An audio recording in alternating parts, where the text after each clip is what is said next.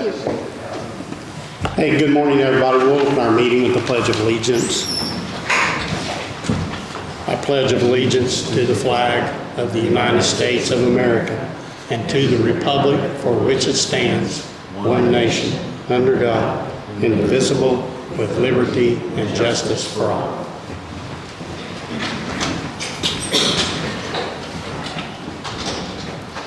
Pete, you're up first.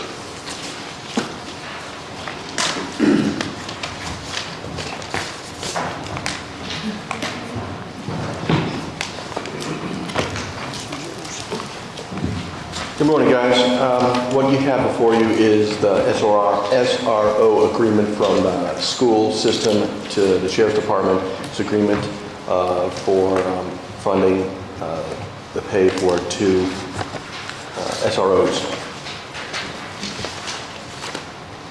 It's a yearly contract. It goes by the year, so we update it every year. There's not any changes on here for the most part. Okay, this is just a renewal of the contract for $100,000. It is.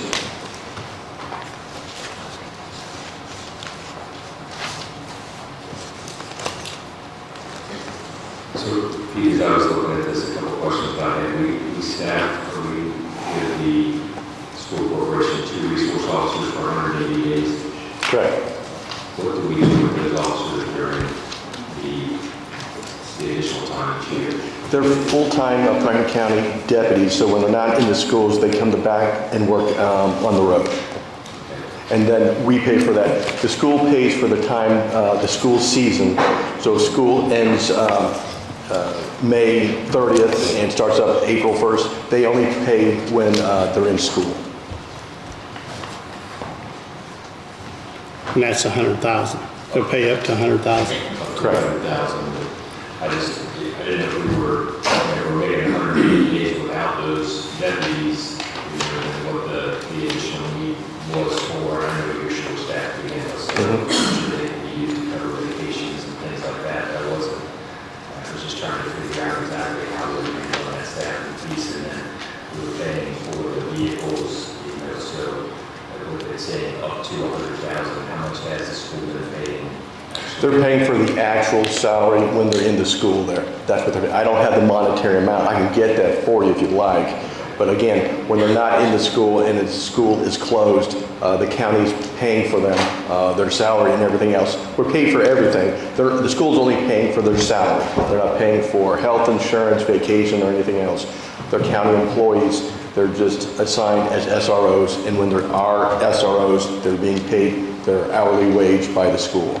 So the total compensation will not be $100,000 for the 180 days. Salary. We're short of that, yes. I'm assuming they don't pay though for the FICA and things that we are actually paying for. Right, but then the vehicles that they're required to have, they're not sharing, and it's, and the contract specifically says that's on us. Correct, it is. So they're not sharing any costs there, but they're getting those officers are actually. Yeah, because in reality, if you think of the big picture, is we're supplying security to our schools here, and it's a minimal of wear on the vehicles and everything else because they're going to the schools, they're being present.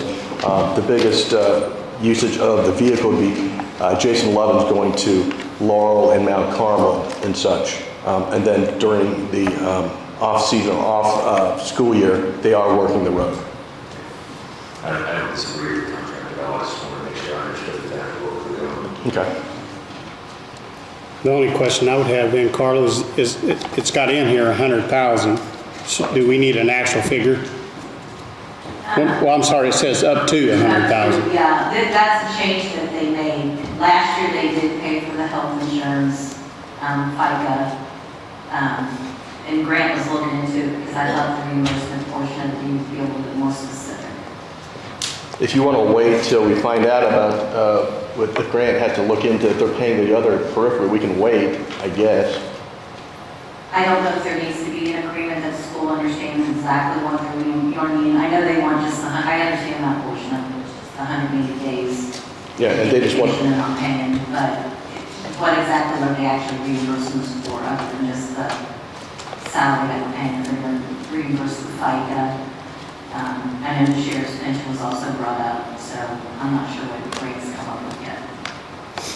So can we put it off, Pete, then, for 2 weeks? We can. Our offices are in place. Yeah, we've been doing this since 2014, so Yeah. we can wait to get some questions asked. Yeah, we want to make sure our kids are protected. You know. That's fine. Yes, 100%. All right. Thank you. We'll make sure Grant gets it. Okay, thank you. Grant, are you on? Yes. Yeah. Yes, I'm on here. Can you fix Can you this? hear me? Yeah. Can you fix the dollar amount for reimbursement? Yes. Other than that, the rest of the contract is good, correct? Yes. Okay. So hold up for 2 weeks. Okay, we'll put it on the agenda, Grant, for 2 weeks till you get a chance to amend that. All right, thanks. Don't go nowhere yet, Grant. Jeremy? I'm not using myself again. Okay. Good morning. Jeremy Miller has come to us to vacate a road. It's Hundley Road. I don't think the county's maintaining it right now anyway, but Jeremy and his wife own the property all the way around it, so there is no property owners to notify. We actually have a map here that shows off Pike Creek that goes 2,800 feet up to the end of the Hundley Road. So that's what you're wanting to vacate, is that correct? That's in the correct. legal description. Okay.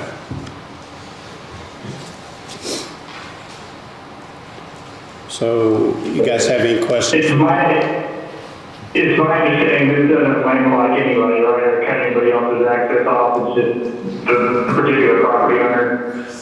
No, Jeremy owns all the property around it. Okay. It don't landlock anybody. Except, Okay. you guys have questions for Jeremy? The only question that I had, and I'm fine doing this, but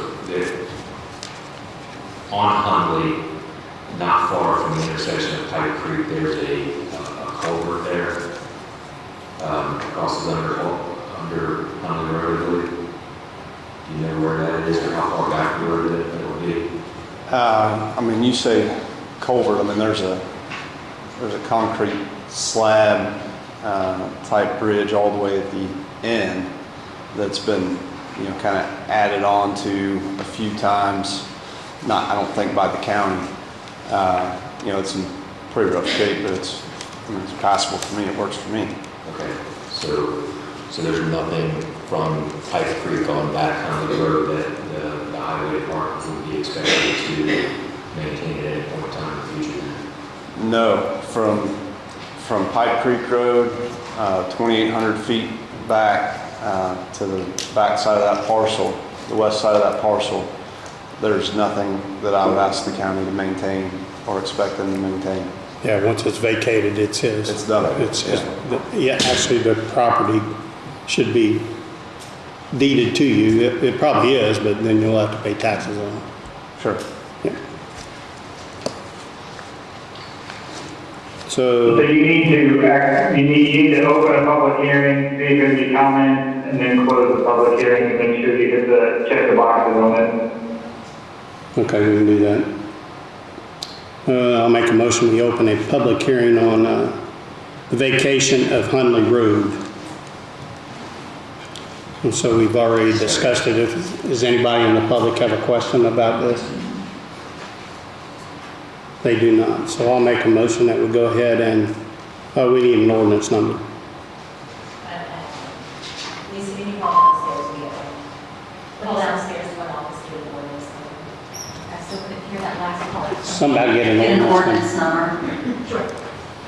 So we'll continue on, so to get that ordinance number. But we'll officially vacate that road 2,800 feet from Pike Creek. Can I close the meeting then? Yeah, as soon as we get this done. So you need a second? Yeah. I'll second the motion. And this particular ordinance, we're amending the legal description. Yeah. So we would approve this today pending the proper legal description. Yeah. And once that's inserted in this ordinance, we. Yeah, I talked to Grant about it this morning. He said he'll properly include the legal description of it. I think with the help of Rob. I'll work with Rob to make sure we have one satisfactory, because it's important to have that, because that'll become part of the permanent records that somebody may be looking at in 100 years, trying to figure out what was vacated. So I can work with Rob and get a final description. All in favor? It's ordinance number 13.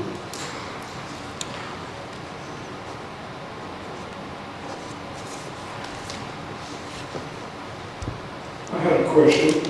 Is there any way we could work with Mr. Miller to possibly vacate the rest of that old public way from where you're vacating it today to Stacy Road? It would be one Stacy property owner. I would love to vacate that at some point, but up to beyond the point that we've discussed, beyond the 2,800 feet, I do not own both sides of that, that right of way. I think there's 2 or 3 other property owners that, Yeah, one day if I did purchase that property, I would love to purchase that property, but I don't, it's not for sale. But, you know, if I did own both sides of the road, I would certainly come in here to ask you guys to vacate the rest of that. But I actually can't even really get in contact with those property owners. So I couldn't even ask them to vacate it. And I'm not sure, personally, I would want it vacated so long as they own the other half. Just because that old roadway is kind of a meeting ground, a flat spot where, you know, where the 2 properties come together. But I would love to vacate it one day, you know, if I did own that property. You know, I'm cleaning for vacated, ends of the roads, but that's okay. I definitely agree. All right, thank you. all right, that's it. I'll make a motion to close that public hearing on the vacation of Hundley Road. Thanks, Jeremy. Is there anything else that I need to do, or everything's good to go? I think as soon as they get the legal description, I think it'll have to be recorded. Is that true, Grant? Yeah, and we can look in the past, I think the county recorded the county normally reports the charge, but we'll check on that. I mean, yeah, we wouldn't charge. We do not charge. We do not charge. Okay, Okay, that should be it then. all right. Okay, thanks, Jeremy. Thank you, guys. Mr. Palmer?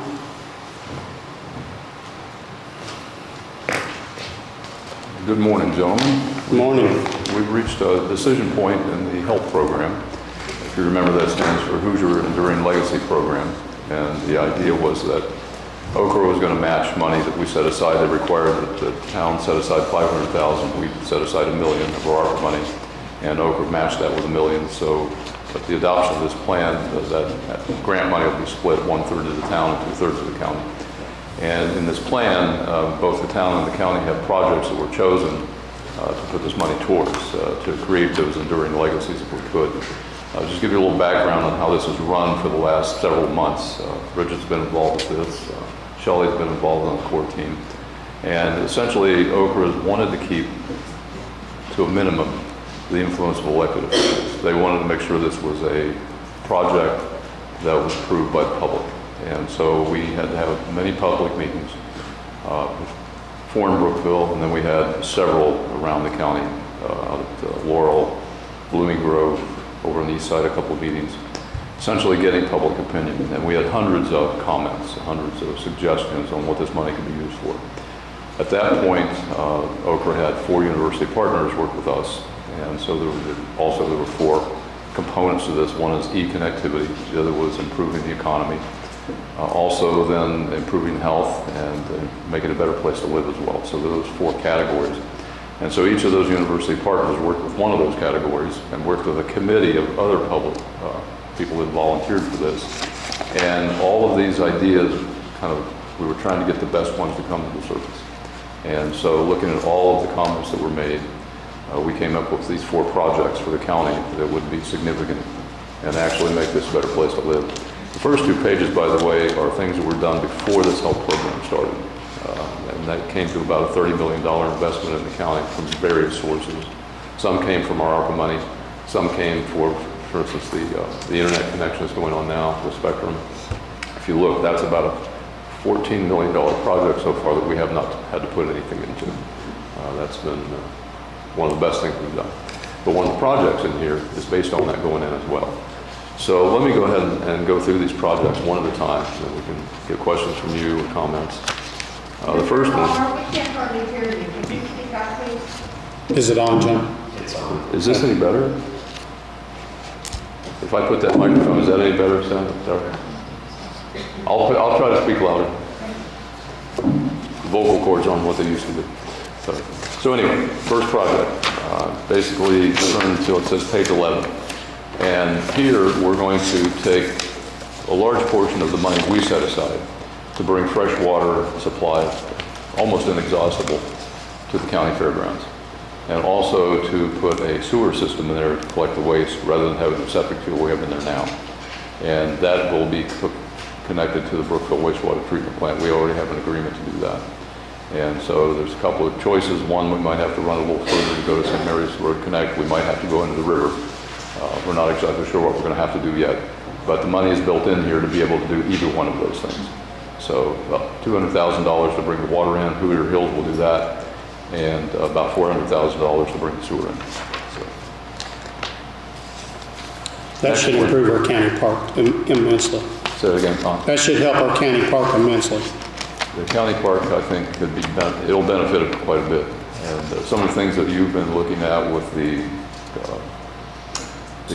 consultant that's been looking at the park, it's pointed towards needing these kind of things over there. So if we're going to do any other improvements, these will be greatly helpful in working towards those improvements. So the next one, and this is a big one, this is the Laurel Community Center. And I think just about everybody knows, but if those who don't, the Laurel Community Center used to be the high school out there. In fact, Tom, I believe your picture's hanging on the wall out there. Yep. So, and built in 1956, but it was given to Laurel, I don't know how many years ago. And they've operated as a community center, but it has deteriorated inside as far as the classrooms. And what we'd like to do is refurbish those classrooms and anything else we can do within the budget to accommodate the free store, which is already operating. And for those of you who don't know what that is, people with below a certain income level can come in and get food for free. And so, but they need a little bit more improvements in there now. It's operating, but it needs to be better. They also need a storeroom so they can store excess food products there. But it's nice. People can come in, choose from a variety of things. They're allowed to take so much of everything. I was out there last Saturday when it first opened, and the number of people there amazed me. They needed help. But the extension of this is not just that food bank, but also to provide better health care out there. If anybody's made that trip to Laurel lately, it takes you at least a half an hour to get there from Brookville. And half an hour a lot of times is too hard, and many people don't have cars. There's a free clinic that operates there now. They come once a month, and it's a bus that shows up. They can accommodate maybe one or two people inside the bus at one time. We would like to be able to have a place for them to do more of that work in the building, and also have a place for people to wait if we're ever going to temporarily still use the bus. I don't know if you've been out there in bad weather, but a lot of people walk to this thing, which you can imagine in a rainstorm or when the weather's cold, they're standing outside waiting to be able to get into this bus. And so I think that anything we can do out there to improve that environment is going to be better. We can also have telehealth there because they're hooked up to the internet at this point. Spectrum did connect them. And essentially, they can do telehealth, so people come in, meet with their physicians that may be in another town or another state, and do that over the computer, which I don't know if any of you have done that yet or not. My wife does. And so it saves a lot of time and actually gives you some better care because you don't have to worry about everybody you need being in one office. So. And the other is try to get some low-cost child care out there. And so what we'll end up doing is we'll have a grant administrator, which is required by the OCA agreement, supervise this project. The first thing we'll do is actually have an engineer come out, evaluate the building, give recommendations on what needs to be done. Some utilities need to be improved, things like that, and also give us an architectural rendering of what the building would look like, and then give us a cost estimate of what it's going to be. And it's all going to be controlled through the grant administrator, and the reason for that is that there are a lot of strings attached to federal money. And I put all of our Okra grant money, match money into this project, so it'll be easier to administer. We don't have to worry about spreading it over 3 projects and then worry about taking care of all of the paperwork that has to be done. Any questions on any of this so far? John, you look like you have questions. I'm just struggling to hear as well, John. Okay. So you mentioned all this being overseen by a grant administrator. Who is that, or where do we get that person from? The grant administrator that we have agreed on, in fact, the town and Franklin County together and the core team evaluated grant administrators that applied. We actually had to go out and search for at least 5. We only had 2 respond, and we unanimously picked Serpsey to be our grant administrator based on the breadth of their work that they've done, the experience they have with the CDBG money, and also the amount of work they've done in Franklin County over the years. So they're familiar with us, and so we chose them unanimously.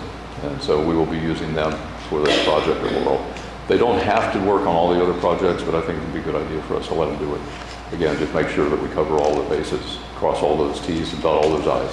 So, and they do it for a percentage of the project. And for the Okra money, it's 2.5%. But this project itself is not just about this building. It's really about what do we do next. If we could build this building, I shouldn't say build, if we refer to this building and we get these services in there, I think it gives Laurel something they haven't had for a long time, which is these services right there where people can use them and not have to get in the car and travel a half an hour to go grocery shopping, or half an hour to go to a med center. So I think that this does this. But after we do this, then I'd like to have a program where we go looking for other money to work on the streets, work on the sidewalks, work on street lights, things that will make the community look and feel better. And I've also talked to some people out there that would be interested in going after some USDA money to buy some of the buildings out there and convert into housing or shops. And if you've been to Laurel lately, there's a lot of buildings out there that are not being utilized very well. In fact, there's one on the same block as the Long Branch. It's a nice looking old building, a couple of stories. Nothing's in it right now. Somebody's actually expressed interest. Could we get that building and turn that into apartments? Because another thing that we lack in this county is housing.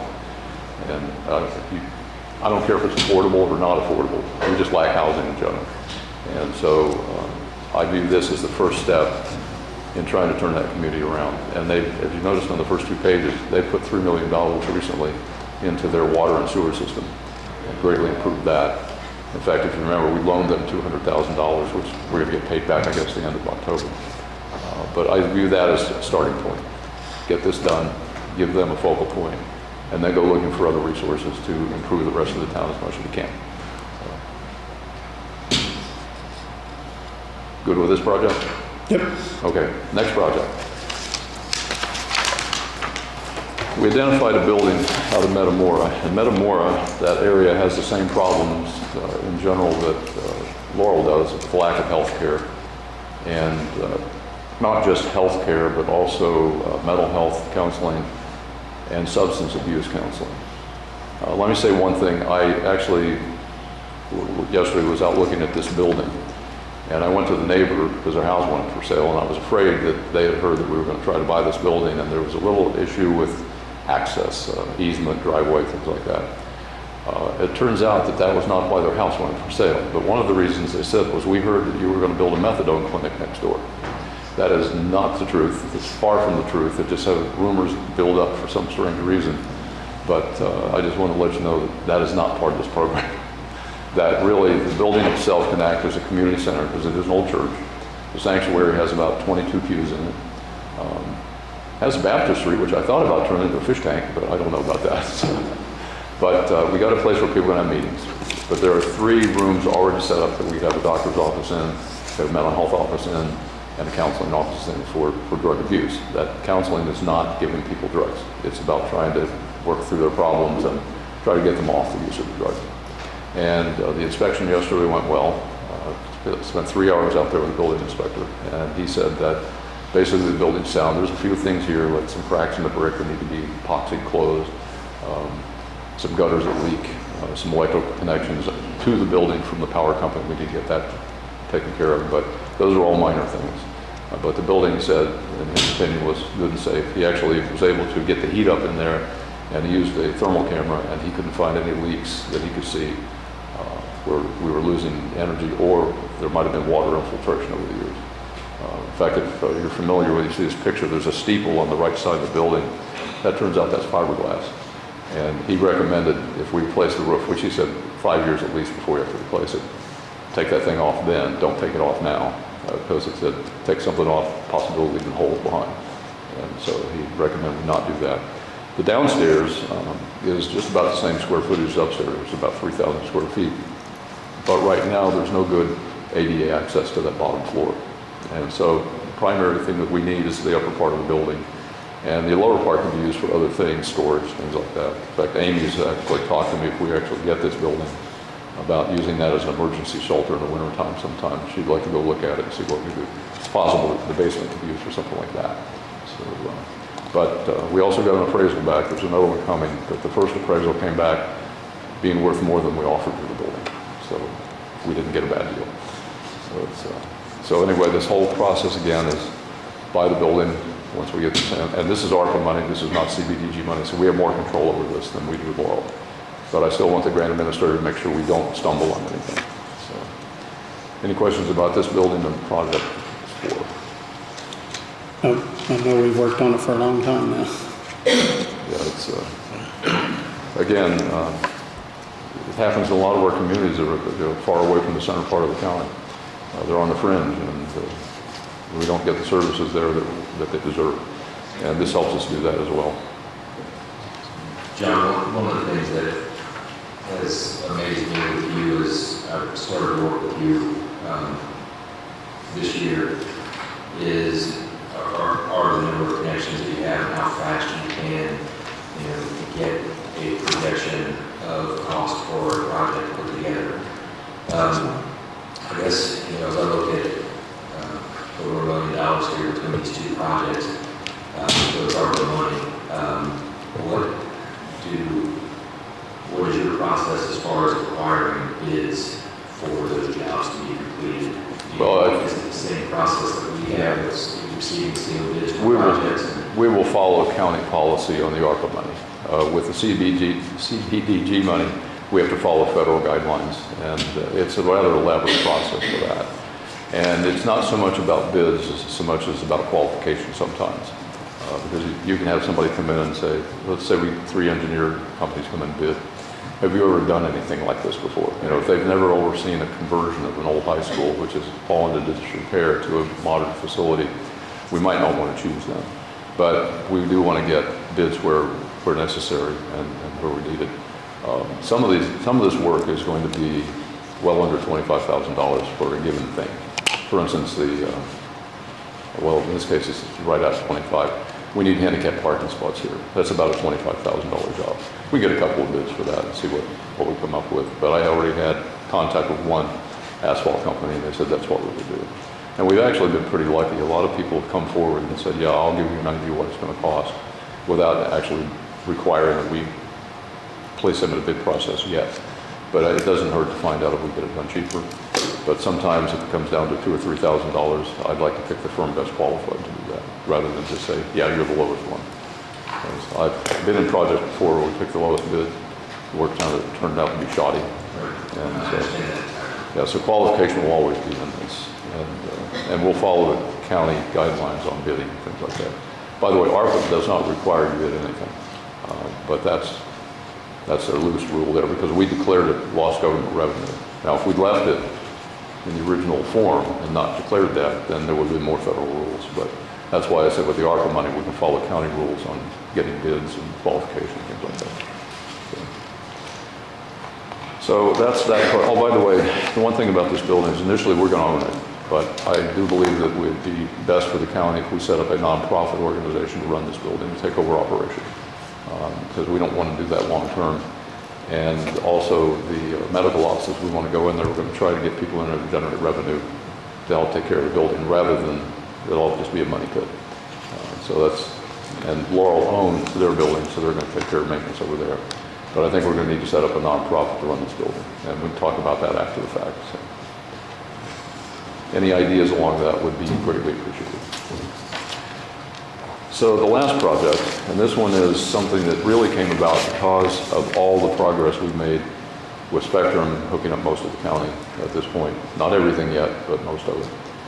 There's going to be a lot of people having access to internet they've never had before, and high-speed internet brings a lot of new information into your computer or your cell phone.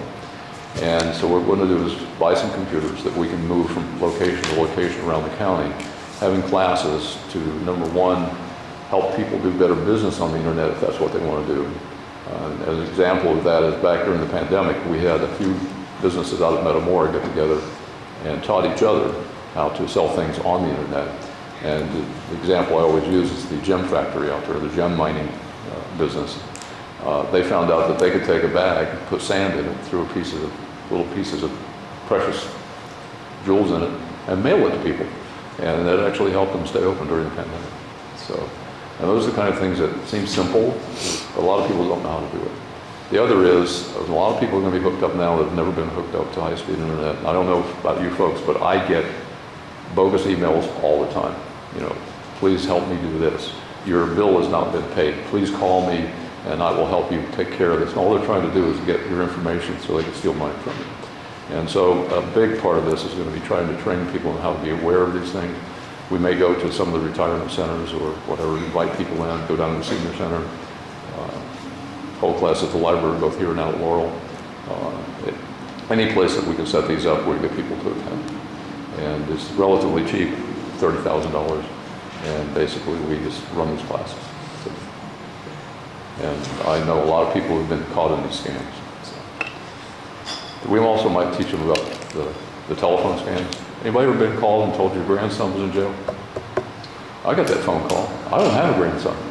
So. And my mother actually fell victim to that at one point in time. Mother-in-law was warned and averted that, but yeah, it's something we need to talk to people about. So anyway, that in a nutshell is these 4 projects. And all of them are designed to serve the low-income, moderate-income population. That was something that Bridget and I have sweated a little bit over because they came back with some new rules and regulations we didn't know anything about on the CDBG money. And so we've had to find a way to satisfy Okra with that. But this is all about low and moderate income folks here in the county. She's a little bit luckier because Brookville fell into that. We've had a little trouble with the Laurel thing because we're getting around it. But essentially they wanted to know if that fit into the low to middle income, moderate income. I said, well, certainly. And they gave us a book that was 180 pages long about all the data in the county for salaries and single family homes, all this other stuff. And I said, well, why do we have to do this again? And Bridget and I have learned to deal with it. So we started talking about some of the projects that we had going on. One of them was the high-speed internet, getting 80% of the county to high-speed internet by the end of the year. You mentioned Spectrum, and I just was curious as to where we were with that. And there were some other companies. There was another company we talked about earlier that had the new Fairfield area that had won that, and then there was another pocket that wasn't being covered, completed by Spectrum. Do you know where we are with those companies? The company that has the territory around New Fairfield includes where I live on the other side of the lake. I actually finally talked to a gentleman. He said they actually turned that territory back to the federal government back in 21, and nobody's done anything with it yet. So the feds are probably going to go out and reissue a request for auction again. How much would it charge for somebody to come in? Spectrum already has that in their forward-moving plans. And in fact, just about any place else in the county that haven't gotten to yet, they've already incorporated that. And then Great Plains I talked to, they're trying to improve some of their service, but I think Spectrum is still going to be the main player in the county. But there's a list due October 6th of all the addresses that we have, that we know of, where people either don't have service yet or they've got poor service. And so I got this main list, which has a few hundred names on it, addresses, I should say, there's no names. And I have another 24 addresses to add to that. And I'll get that in by next Friday instead of October 6th is the deadline, but I'd rather get it done early. And so then what the state will do is take that list and go to the different providers, whether it be Spectrum or anybody else, but probably Spectrum primarily, and say, we need service here we can give you this much money to put it in, please give me that. And that is a big part of Spectrum's work next year, is to try to get anything that they don't have now and get subsequent funding from the state. Again, they've asked us for money more than once since this started. The initial request was $500,000 for ARPA money to go towards this project. And I told them we didn't have it. We're a small county, we don't have that kind of revenue. And you see they went ahead and did it by getting other grants from the state and other grants from the federal government. That whole project has been worth $14 million so far. That'll probably hit closer to 16 to 18 by the end of next year. And you can see why I said no. I mean, that would, the $500,000 would have dropped in the bucket in all this, and it wouldn't have gotten us any more than we've gotten now. So, I'm not sure they liked those answers, but they did it anyway. Yeah, and I'm going to add my name to that list too. So what I need you to do is make a motion to adopt this plan today, and you'll be the third. The town did it Monday. We went to council last night. They voted to approve it last night, and I need you to do the same thing if you're so inclined.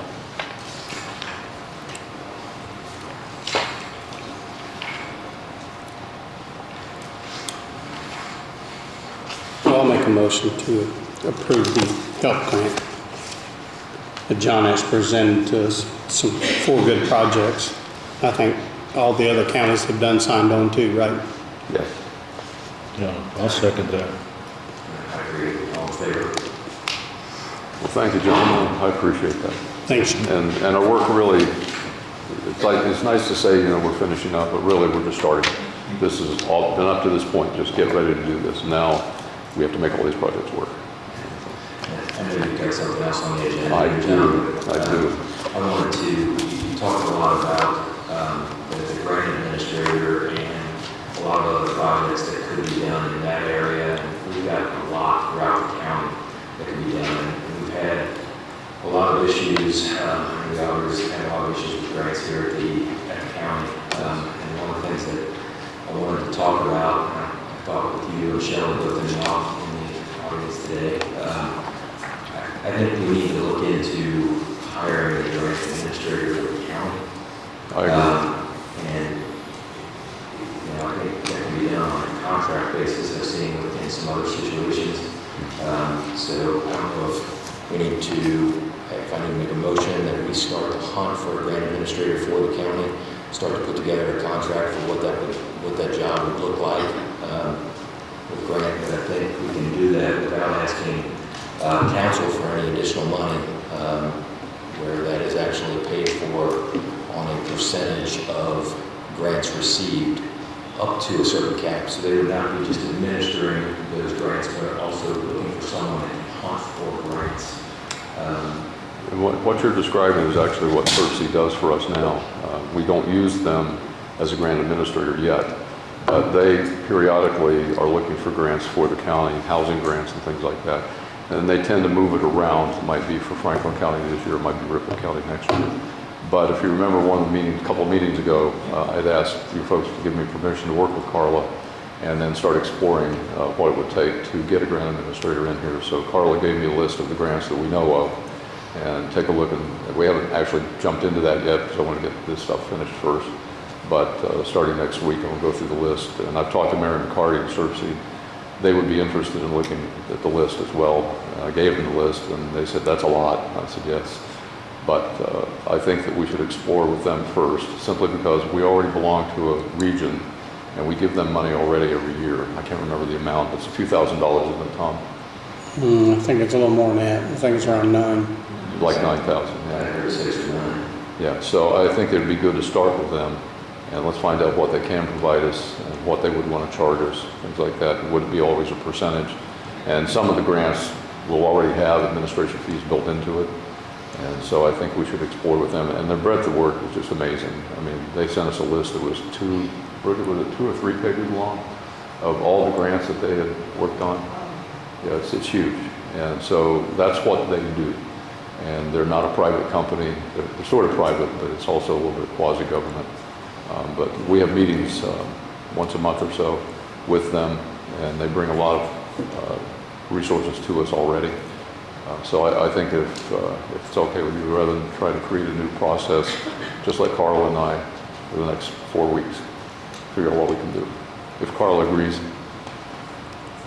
she agrees. So, does that sound okay, John? So would they, if you get these people to do this grants, would that cross over into like the health department where they were wanting a grant administrator? Could they go into different departments and help, or? Well, I think that the goal, Jerry, would be to try to bring all the grants together so that we know what every department has, first of all, and then have somebody like Cersei, if they could, administer all the grants for us. Was that your question? Yeah. Okay.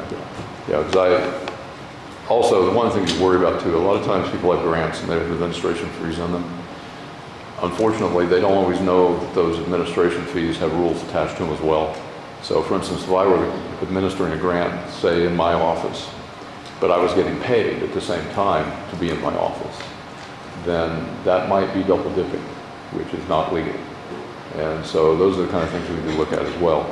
It's just because the grant exists and has a fee in there, and then the department might be using that fee to administer it. But if they're doing that during the normal work hours, that might be prohibited. And that can get us in trouble. So that's what I mean when I look into this, try to find out what this third party Cersei could provide us.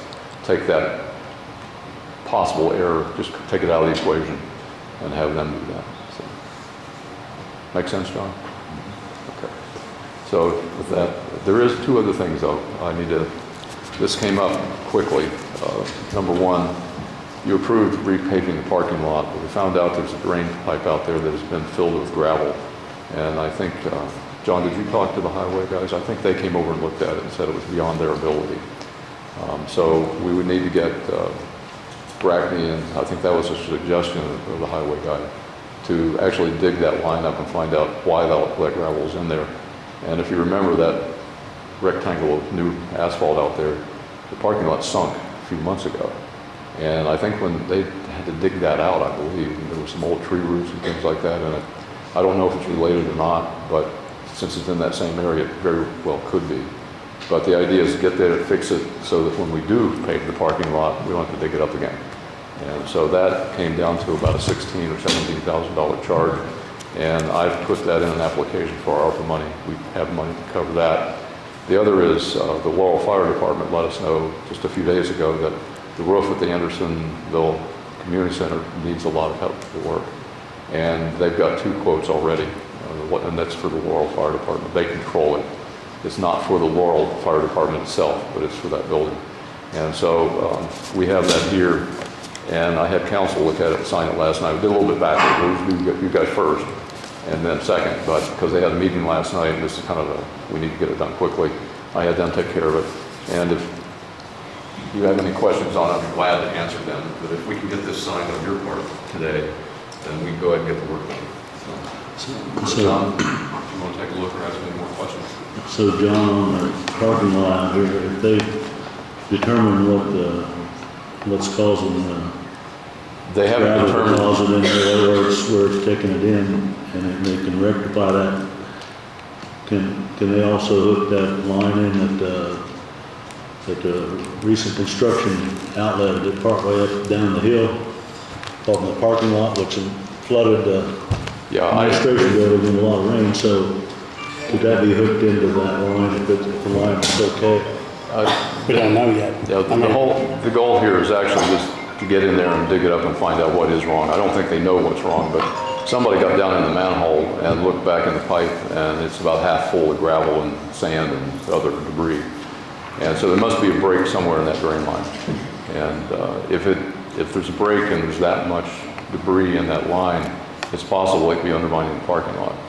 And if that's the case, you can pave now until doomsday, and it's still going to sink.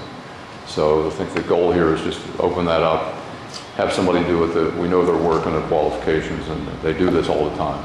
And the price itself, $16,000, $17,000, doesn't seem like that much to me to have to take up that much of the parking lot and dig that deep. Yeah, the reason we can't do it at the highway is because it's like 12 feet down. Yeah. You got to have the safety cages on the collapse, if it caves in. Yeah, and the expertise to do it, so. Yeah, that safety cage is a big deal.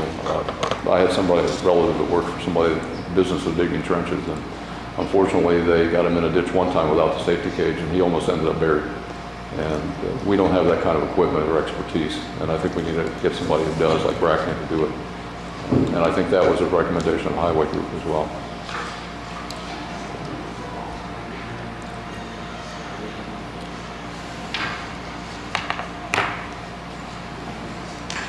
Yep, I'm good with them, you know, and we gotta get that done. They're supposed to pave October the 9th.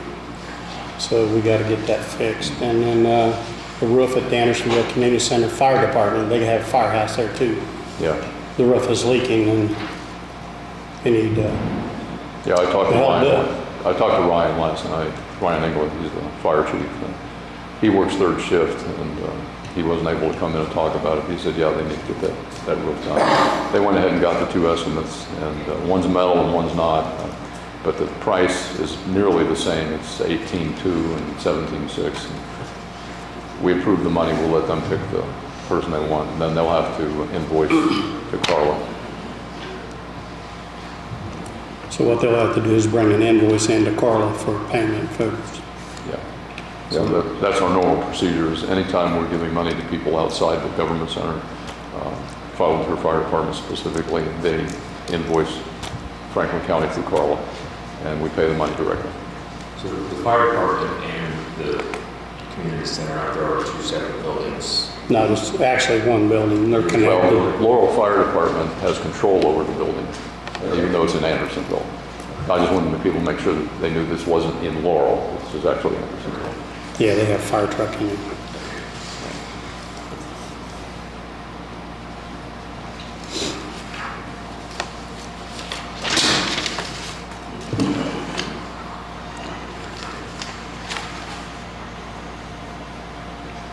Was that a motion? Yes, I make a motion that we approve the funding for the repair of the Andersonville Community Center roof.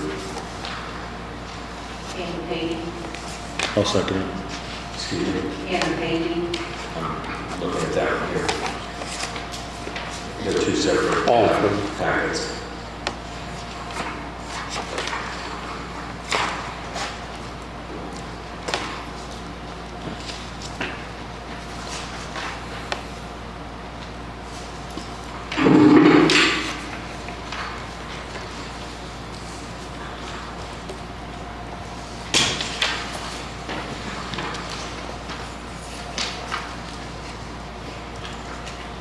I'd also make a motion that we approve the project to repair the drainage below the parking lot outside the government center. I'll second it. All in favor?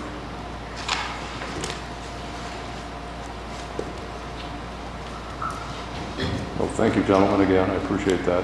Thanks, John. Get something fixed. I do have one more thing to say before I leave. It's always dangerous to give somebody like me a microphone. If I don't turn loose of it, I keep talking. But I just wanted to point out that when you approved going with the state health regulations, getting new money, some of that money can go a great deal towards providing the medical services we need at Metamora and at Laurel. So I was glad to see that you folks approved that a few meetings ago, because we're going to need some equipment in there, not just fix the building, we need some equipment in there. Some has already been volunteered, but I think that money can go a long way towards setting something up, perhaps even having people employed out there to be like community health workers. And we're pursuing grants and things like that as well. So there's a lot going on behind the scenes when it comes to the health in both of those places. But that health money from the state will go a long way towards that. So thanks for approving that. So, all right, have a good day. Thanks, Tom. Next thing we have on our agenda is, it's a invoice for Soul Consulting. They do consulting. They've done a bore up at where we're building a new animal shelter for the septic system. It's a $500 bill. Jerry, you want to elaborate on it? Well, they're required to do at least 5 bores on a commercial building, which the lady did. That's her, she's a professional soil scientist. She said it was a really good soil that should work well. And her charge for boring is like $120 per hole, so they dig down, I think, 5 feet. So the bill's $500, so we had to have that done to get the septic approved. That got sent into the state, and we're waiting for the state to come back. So I'm moved to approve paying the $500 bill to Glacier's Edge Soil Consulting. This is out of ARPA money too. Yeah. You might want to mention that she deducted $100. Yeah, she gave us a $100 discount. I was going to mention that it was a $600 charge actually that she gave a donation. She gave a donation to the shelter of $100, which was $500 total. And I would say Jerry's motion to approve. All in favor? Yeah, I'm sorry, I didn't elaborate on that. And the next one's the same deal. It's for the animal shelter. Well, it's a Jim Dunbar. He's a designer. He's doing the drawings and the plans for the animal shelter. I mean, most of the people that we asked to do it was around $100,000. This guy's doing it for $4,200 for us. So he's really doing us a favor to design everything for a commercial building. But Jerry and his group has already done a lot of the legwork for him, I mean, a lot. So we already met with him last week, and he's supposed to proceed in earnest in about another week, that he would be able to devote most of his time on that one so he can get it done, so we can get it, let the bid out for the building. Anybody have any questions? It's a total of $4,200. Currently due $1,500, but we want to do the whole $4,200 so we don't have to come back. I'd make a motion that we approve Jim's contract for $4,200. I'll second. All in favor?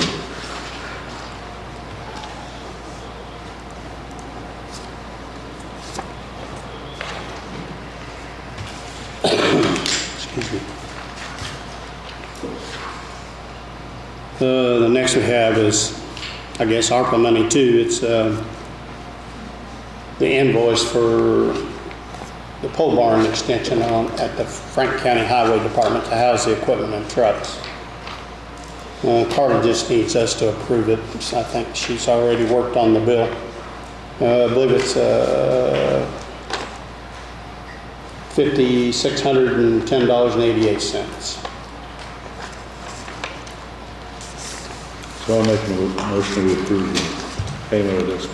It's $56,108.68, is that correct? No, $56,1088 is the bottom line for the payment due.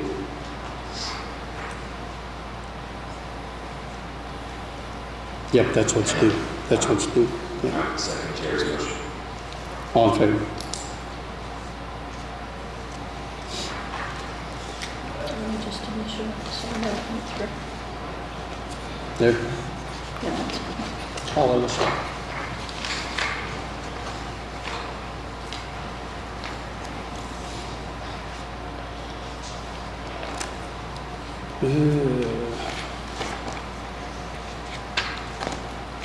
I think we have an invoice here.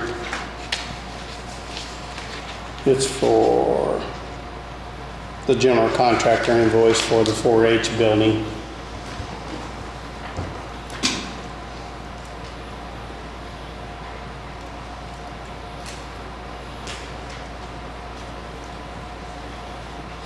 I think current to date is $347,668, but there's a total, right?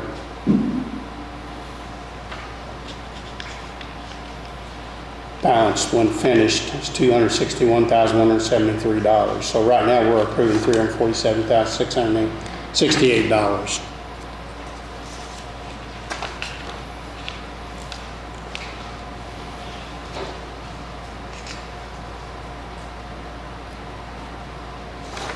So I'll make a motion to approve the payment of $347,668 to the I guess it's Samarelli General Contractor Incorporated. Yeah, this is ARPA funds too, I'm taking it, right? Okay. And that's already been committed previously, we're just approving the invoice. I second the resolution. All in favor? Signature.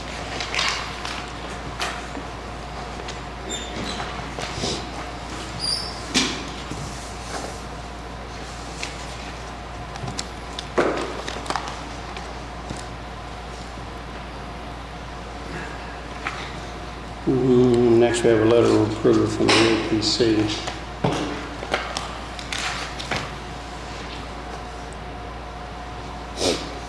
This, the Franklin County 4-H building requires a conditional use hearing to be held. Franklin County Airplane Commission, the zoning appeals, sign below to record your approval of the fees to be waived. So the fees, the building fees, we were going to waive because it'd be the county paying the county, one county into another, so.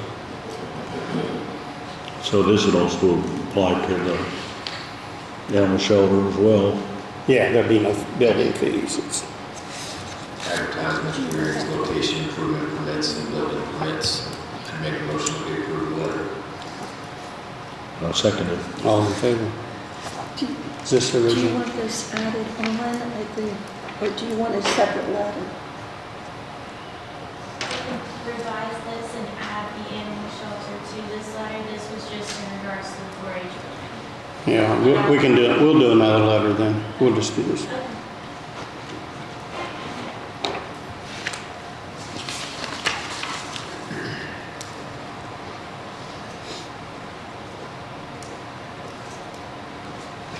Dr. Wilshire? I talked with Dr. Welch this morning, and there was no need for him to come today. We had not yet had a meeting with the board, so he is going to be removed from the agenda today. Okay.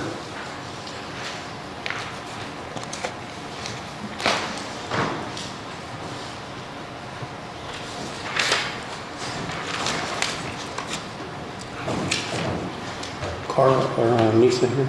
Nisa? No? Pardon? Are you there, Nisa?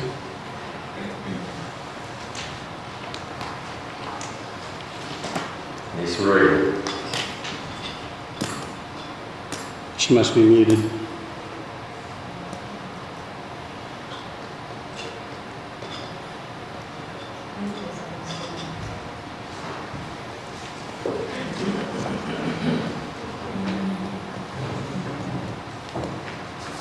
Is there two of them? Is there just one? Just one. Did they add a polling place that you asked for?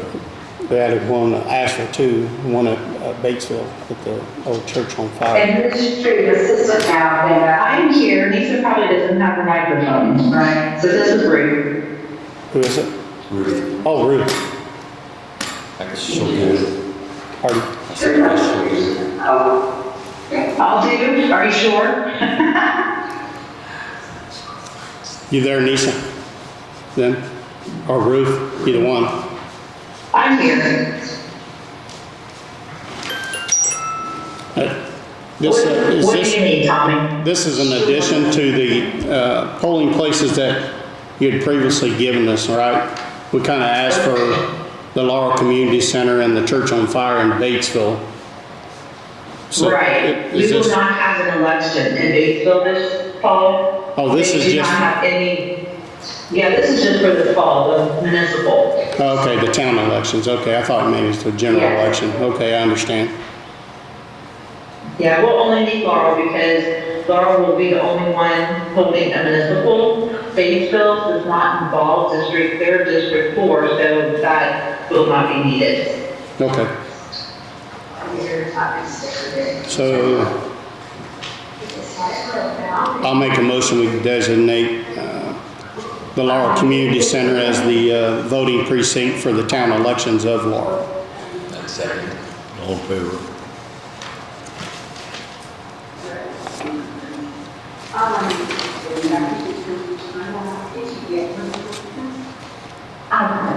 speak in my response. You guys, I can hear you.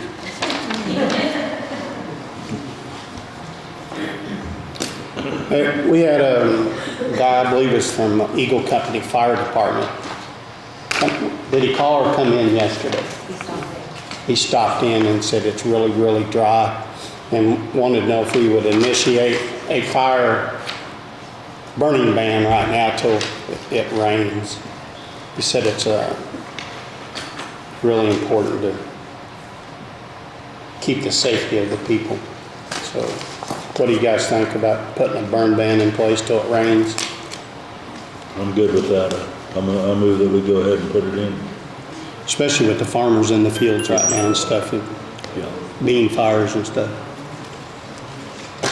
Yeah, all it takes is a spark. All right, Jerry's made a motion, I'll second it. All in favor? Do we need to read this versus? But you can still have, like in a campground for an enclosed fire and stuff like that. But just like going out and burning some big brush piles or catching the woods on fire, or something like that, we want people to refrain from doing that.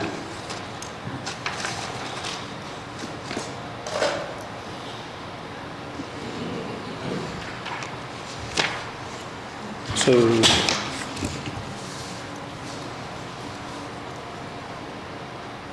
and when it rains, there's possibility of rain, what, Saturday maybe?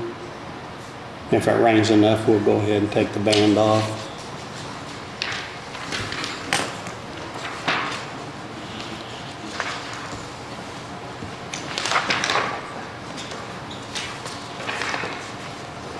You still there, Nisa? Nisa? Never mind.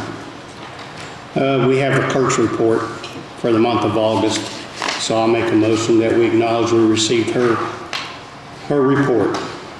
Seconded. All in favor? Thanks, Nisa.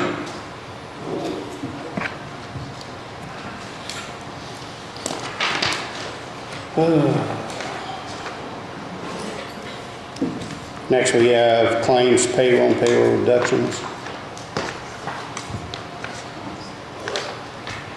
We have claims of $323,655.06, regular claims. Utilities and lit, $1,132,507.54. Payroll of $207,534.01. And Carla, the auditor, has approved these claims. So I'll make a motion to approve the claims, the regular claims, utilities, lit, and payroll for 9/20/23. Seconded. All in favor?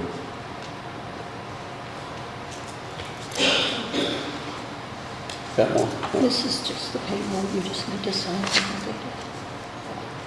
Thank you.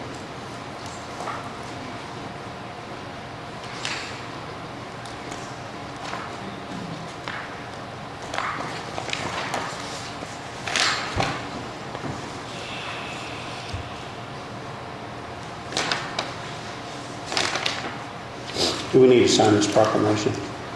I guess. Yeah. I thought, Yeah. Did we already? does Janet have it? Somebody. That's payroll. Let's payroll. Did we sign the burn ban? Yes, we did. You got it? Okay.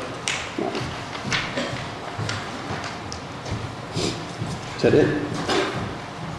Commissioner report. Got this. It's just the ones. Go ahead. It's just this, you just need to ask if there's anything. Who? Carla? Yeah, so we start for name. Oh. All the claims good, Carla? You've already approved them all?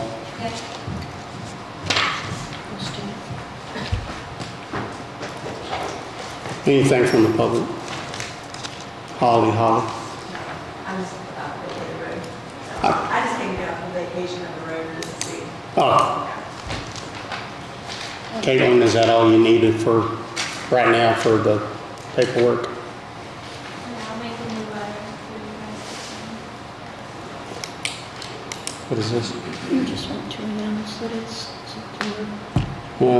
The Lou Wallace Community Garden Celebration will be Thursday, September the 28th, from 5 p.m. to 7 p.m. here at the Government Center. It's just to celebrate their community gardens and community partners and the progress they've made to get food. So if anybody would like to attend that, we'd probably greatly appreciate it. Is Grant still on? Pardon? Is Grant still on? Grant, you still there? Yes. Where do we stand, what are next steps with the stormwater control, stormwater drainage control? Basically at this point, I submitted drafts. The last draft I sent out the diagram and converted it to a reference to the NDOT manual to clean that up because the diagrams were getting cumbersome. I cleaned up the last changes I knew about. I think that you should have a copy of that and then a copy of the proposed initial language for sending it to the zoning board. That's going to need definitely more input, but I think the APC needs to work on exactly where those references need to go in the zoning ordinance. But there's at least an initial draft of it. Okay, so we need to approve that draft version and get it to zoning, is that the next step? You could start with that step and send it to the zoning board. You'll need, before it comes back to you with their changes, you would need to adopt the actual drainage standard in addition. In other words, I would want to make sure that drainage standard is actually effective before it comes back, because then you wouldn't know what to enforce.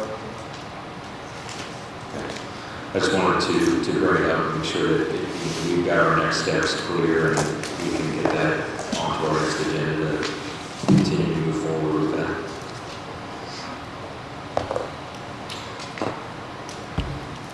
Thank you. Anything else? I'll make a motion to adjourn. I'll second it. All in favor?